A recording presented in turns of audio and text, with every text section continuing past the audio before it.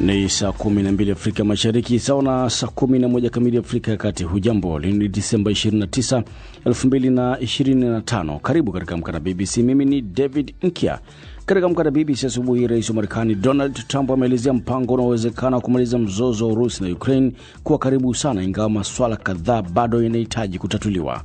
Some of that land has been taken. Some of that land is maybe up for grabs, but it may be taken over the next period of a number of months. And you're better off making a deal now.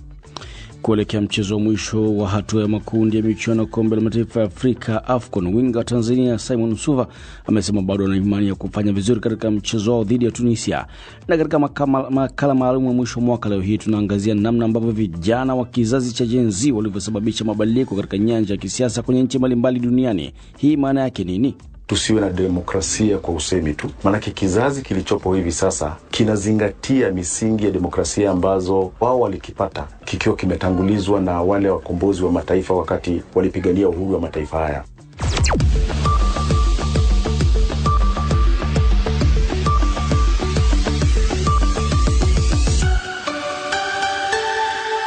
Tuna mengi tuliokuandalia, lakini kwanza ni muktasari wa habari za ulimwengu. Rais wa Marekani Donald Trump ameelezea mpango unaowezekana kumaliza mzozo wa Urusi na Ukraine kuwa karibu sana, ingawa masuala kadhaa bado yanahitaji kutatuliwa. Akihutubia wanahabari baada ya mazungumzo yake na Rais Zelensky huko Florida, Trump ametoa tathmini chanya, lakini hakuna maelezo zaidi. Viongozi hao wa Marekani na Ukraine wamesema kwamba wamejadili kuhusu dhamana ya usalama, huku Trump akiongeza kwamba wameafikiana kuhusu 95% kati yao.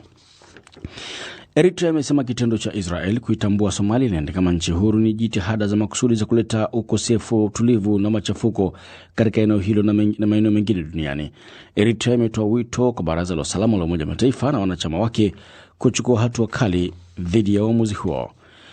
Kwingineko, kiongozi wa Korea Kaskazini Kim Jong-un amesimamia uzinduzi wa makombora ya masafa marefu ya kimkakati aina ya cruise siku ya Jumapili.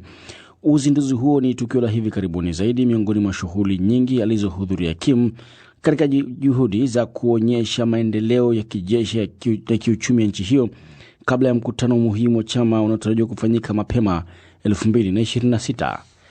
Na nchi ya Guinea imepiga kura Jumapili katika uchaguzi wa rais uliotarajiwa kumpa Mahamat Doumbouya muhula wa miaka 7. Doumbouya ambaye alichukua madaraka kupitia mapinduzi ya kijeshi mwaka 2021 na kumaliza mchakato wa nchi hiyo Afrika Magharibi kurudi kwenye utawala kiraia. Kiongozi huyo wa zamani wa vikosi maalum mwenye miaka 41 alikabiliana na wagombea wengine 8 katika uchaguzi ulioshuhudia mgawanyiko na kukosekana kwa upinzani wenye nguvu. Hii ni BBC.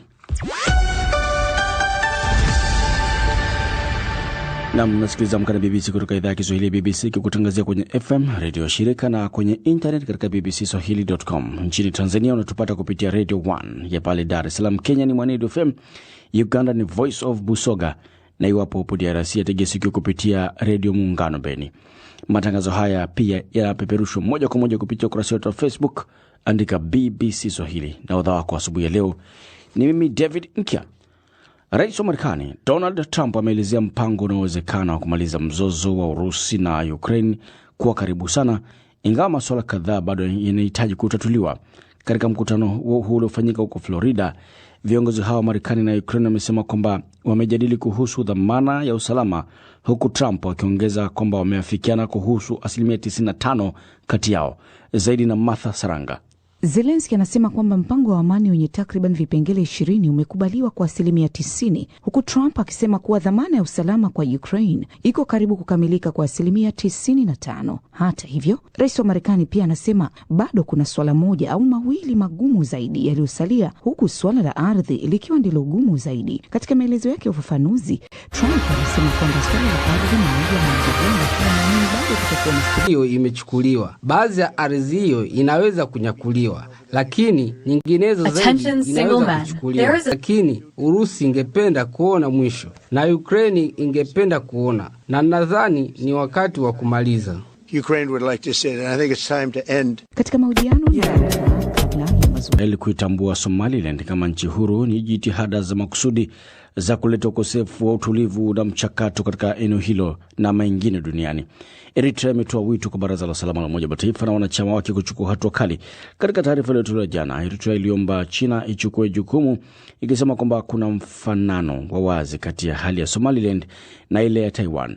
Katika ujumbe wake wa kwanza baada ya Israel kuitambua nchi hiyo, Rais Abdirahman Mohamed Abdullahi ameitambua Israel kama nchi ya kwanza kutambua rasmi Somaliland kwa taifa huru lenye mamlaka kamili. Ninatoa shukrani zangu za dhati kwa taifa la Israeli. Nina furaha ya ajabu leo. Tangazo la kihistoria la kuitambua Somaliland leo na siku zote zijazo zote za kihistoria za Jamhuri ya Somaliland baada ya zaidi ya miongo mitatu ya serikali ya amani ya Somaliland. Somaliland imepokea utambulisho wake rasmi kimataifa kama taifa huru linalojitegemea. Na aidha, Jumuiya ya Afrika Mashariki imeungana na msimamo mmoja wa Afrika na kuhimiza kuheshimu uhuru na mamlaka ya Somalia. Msikilizaji, katika kuelekea mchezo wa mwisho wa hatua ya makundi ya michuano kombe la mataifa ya Afrika AFCON, mwandishi wa BBC Omar Kambara ambaye yupo hapa atoke man of the match, lakini pia kuisaidia timu mpaka unatoka man of the match, maana umeisaidia timu kwa kiasi kikubwa. Kwa hiyo mimi kwangu nimefurahi, na kwangu mimi ni mara yangu ya kwanza kuna haya mashindano toka yameanzishwa. Japo kuna mashindano mengine sikuwahi kuwepo kushiriki, lakini kwa hichi kipindi ambacho nimeweza kushiriki kwa miaka hii mitatu, huu ndo mwaka wangu wa kwanza kuweza kupata. Ulikuwepo AFCON iliyopita na hii umekuwepo tena. Kama taifa unaona soka limesogea au unaona timu ya taifa imesogea angalau kidogo? Inasogea kwa kweli, kwa sababu ukiangalia tulivyokuwa mwaka juzi, mwaka jana na mwaka huu, kadri siku zinazozidi kwenda kuna step tunapiga. Unafikiri nini ambacho kinaikwamisha timu ya taifa? Tangu mwaka 80 ilipofanikiwa kufuzu michuano hii, timu haijawahi kupata matokeo mazuri kwa maana ya kushinda. Na safari hii kundi lenu liko linaonekana gumu, lakini kuna mtu kama Uganda ilikuwa inasemekana mnaweza kuwa mnatoshana nguvu. Taifa Stars Tanzania wapi inapokwama kwenye michuano hii? Mimi nafikiri hakuna tunapokwama, ila ni kwa sababu tu ya kila timu inajiandaa kwa upande wake. Kila timu inajiandaa kwa upande wake, na kila timu inakuwa inakuja na approach yake. Kila mechi inakuwa na utofauti. Lakini mimi kwa uzoefu wangu mdogo, sio mkubwa sana wala sio mdogo sana, tunatamani sana wachezaji sisi kama sisi. Allah. Haya mashindano ambayo tunacheza, kwangu mimi kabla hatujamaliza hii mechi ya mwisho, na imani tutapata matokeo mazuri. Siahidi kwamba tutashinda, tutatoa draw, tutafungwa, lakini mimi kwa upande wangu nasema tutafanya vizuri. Na uendea mchezo na Tunisia, walishinda mechi ya kwanza dhidi ya Uganda, wakafungwa na timu ya taifa ya Nigeria katika mchezo wa pili. Mkakati wenu sasa haswa ni nini kama wachezaji? Baada ya mmepoteza mechi ya kwanza, mkasuluhu na Uganda, hii mechi ya mwisho, mkakati haswa kama wachezaji ukoje?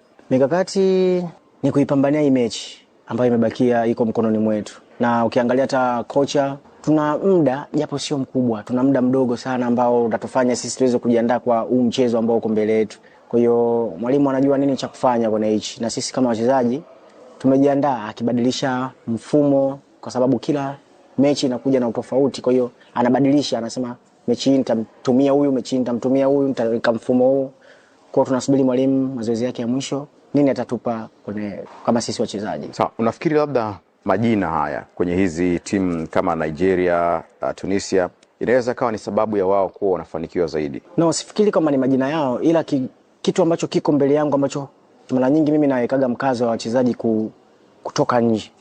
Sio kwamba kucheza ligi ya nyumbani hauwezi kufanya vizuri, lakini wachezaji tunavyokuwa wengi nje tunajifunza hata kwa wenzetu. Ukiangalia nchi tofauti tofauti, siwezi kuzitaja hapa zote, lakini wachezaji wengi wanacheza nje ya nchi na unaona ile impact kwenye timu zao wanapofanya vizuri. Kwa hiyo na sisi tunatamani kuona wachezaji wa Kitanzania wanapata fursa ya kwenda kucheza nje ya nchi, kwa sababu tunavyo vipaji na ukiangalia umri unaruhusu, bado vijana wadogo. Kwa hiyo mimi kwa upande wangu natamani wachezaji watoke ili tuweze kuisaidia nchi yetu. Na mahojiano haya kati ya Simon Msuva pamoja na Omar Mkambara unaweza kuyapata kwa urefu kabisa na kuyatazama kwenye channel yetu ya YouTube ya BBC Swahili. Asante sana Masanja Kuyanja, msanii wa Makuhenga, anasema anasikiliza kwa uzuri matangazo ya Amka na BBC nikiwa Kagongwa, Kahama, Tanzania.